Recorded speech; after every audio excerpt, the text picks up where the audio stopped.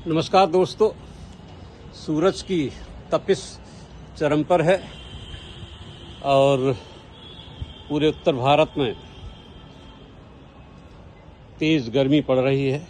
खासकर बात करें उत्तर प्रदेश की और बात करें आगरा की तो टेम्परेचर 40 से 45 डिग्री के बीच में रन कर रहा है। जहाँ तक बोगनविलिया की बात है, फोर्टुलाका की बात है, ये तो सर्वाइव कर जाते हैं। लेकिन ख़ास बात जो आजकल हो रही है एडेनियम की हो रही है, और एडेनियम को हमें कैसे सुरक्षित रखना है। तो मित्रों, इसमें ये देख लीजिए कि आपका एडेनियम की उम्र क्या है, कितने साल का है, किस साइज़ का है। तो उस एडेनियम को हमें इस धूप से कैसे बचाना है।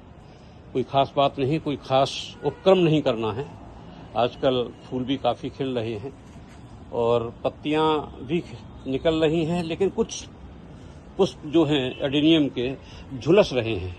वो झुलस इसलिए रहे हैं कि सन वर्ण की वजह से, ये जो तेज़ गर्मी है उसकी वजह से हमारे फूल जो हैं झुलस रहे हैं।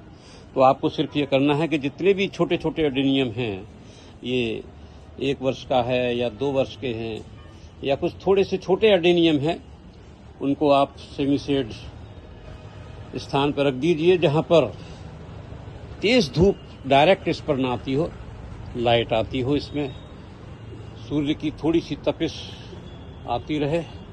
अगर आप इस तरह से करते हैं तो निश्चित मानिए कि आप इस भीषण गर्मी से अपने एडेनियम को निश्चित ही बचा लेंगे। ये देखिए कि पानी की डालने के बावजूद भी इतनी तेज गर्मी है कि इनकी लीव्स जो हैं, पत्ती हैं, कर्लिंग हो रही हैं और फूलों पर भी इसका असर आ रहा है।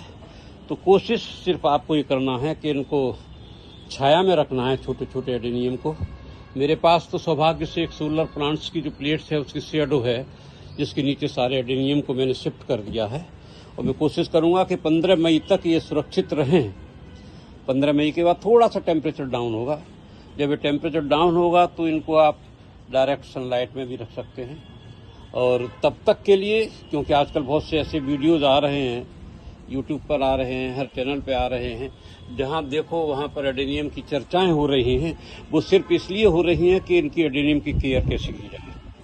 और रही बात बड़े एडेनियम की, जिनके कॉडेक्स बहुत मोटे हैं, जो 4 साल के हो चुके हैं, उनको किस तरह से रखना है, आइए मैं आपको। आपके प्लांट्स पर आती है तो निश्चित है कि उनकी पत्तियां कुछ बर्न करती हैं।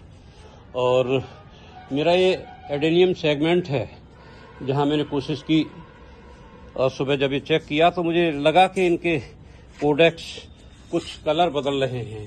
ये थोड़ा सा पीलापन आता चला जा रहा है। इनको बचाने की कोशिश कर रहा हूं, लेकिन इतनी तेज धूप में इनको कैसे सुरक्षित रखा जाए, ये क्या किया जाए कि जिससे कि हमारे एडेनियम जो 3-3 साल के हैं, 2-2 साल के हैं, वो सुरक्षित रह सकें। और इस भीषण गर्मी में देखिए हमारे ये जितने फ्लावर्स हैं वर्ण हो रहे हैं, कलियां खिलती हैं लेकिन पूरे फूल नहीं खिल पाते। सीड पॉट्स भी काफ़ी इस पे आ रहे हैं, हर पौधे पर सीड पॉट्स है मेरे पे।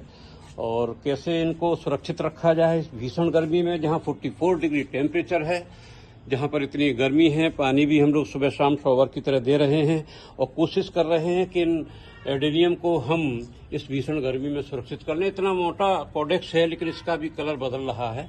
अब इतने सारे पेड़ों को आप डायरेक्शन बदलें, जिधर सूर्य है उससे चेंज करें, तो ये बड़ा मुश्किल सा हो जाता है। लेकिन एक चीज आप कर सकते हैं जिससे इन सारे पौधों को हम सुरक्षित कर लें।